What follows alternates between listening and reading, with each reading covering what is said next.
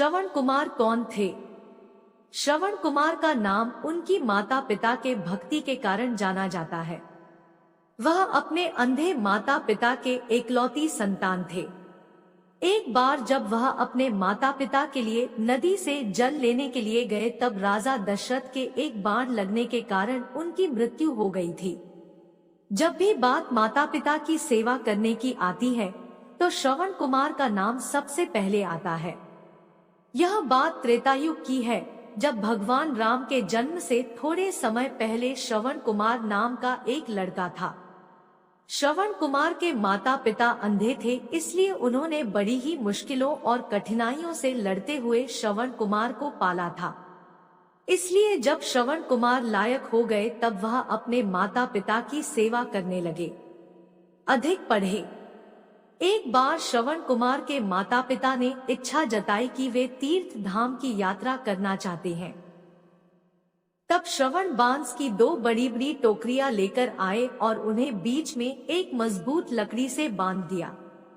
इस तरह वह एक तराजू की तरह बन गया, जिसमें उन्होंने एक टोकरी में अपनी माता को बिठाया था तो दूसरी टोकरी में अपने पिता को बिठाया और लकड़ी के बीच में अपना कंधा लगाकर उठा लिया और अपने माता पिता को तीर्थ धाम की यात्रा पर लेकर चले गए। जब लोगों ने यह देखा कि एक पुत्र अपने अंधे माता पिता की किस तरह सेवा कर रहा है, तो उनका नाम माता पिता भक्त श्रवण के रूप में प्रख्यात हुआ। श्रवण हर रोज काम करने के लिए घर से निकल जाते थे। इसके बाद वह जंगल से लकड़ियां काटने के लिए जाते और अपना चूल्हा जलाने के लिए लकड़ियां जंगल से बटोर कर लाते। उसके बाद चूल्हा जलाने के बाद वह अपने माता पिता के लिए खाना बनाते। श्रवण इतनी मेहनत करते देख उनके माता पिता हमेशा यह सोचते थे कि वह कब इस उलझन से मुक्त हो पाएंगे। श्रवण की माता घर के काम करने के लिए श्रवण को मना करती, लेकिन फिर भी श्रवण कुमार अपना कर्तव्य मानकर घर और बाहर का हर काम स्वयं करते थे। श्रवण कुमार की मृत्यु कैसे हुई थी? एक रोज श्रवण कुमार खाना बना रहे थे, तब उनके माता पिता ने उनसे कहा कि उन्हें प्यास लगी है। अपने माता पिता की प्यास बुझाने के लिए श्रवण कुमार नजदीकी नदी से जल लेने के लिए चल पड़ते हैं। जब श्रवण नदी से जल भर रहे थे, तब उनके बर्तन से ऐसी आवाज निकल रही थी जैसे कोई जानवर पानी पी रहा हो। ठीक उसी समय अयोध्या नगरी के राजा दशरथ शिकार के लिए जंगल में आए हुए थे। राजा दशरथ के पास शब्दभेदी बाण चलाने की कला थी, जिसमें वह केवल ध्वनि सुनकर अपने बाण को निशाने पर मार सकते थे।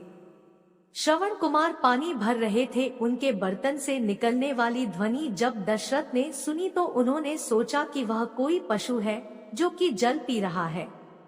यही सोचकर राजा दशरथ ने उस ध्वनि की तरफ अपना बाण छोड़ दिया।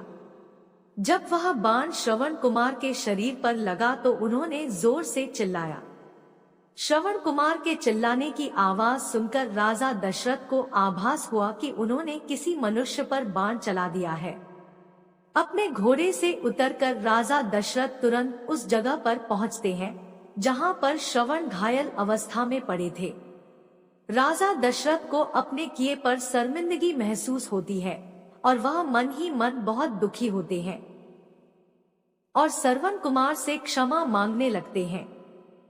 श्रवण कुमार उन्हें धीरज बंधाते हुए कहता है कि महात्मा, आप जो भी हो, मेरा केवल इतना काम कर दीजिए। मेरे माता पिता अंधे हैं तथा वह नजदीकी कुटिया में मेरी प्रतीक्षा कर रहे होंगे।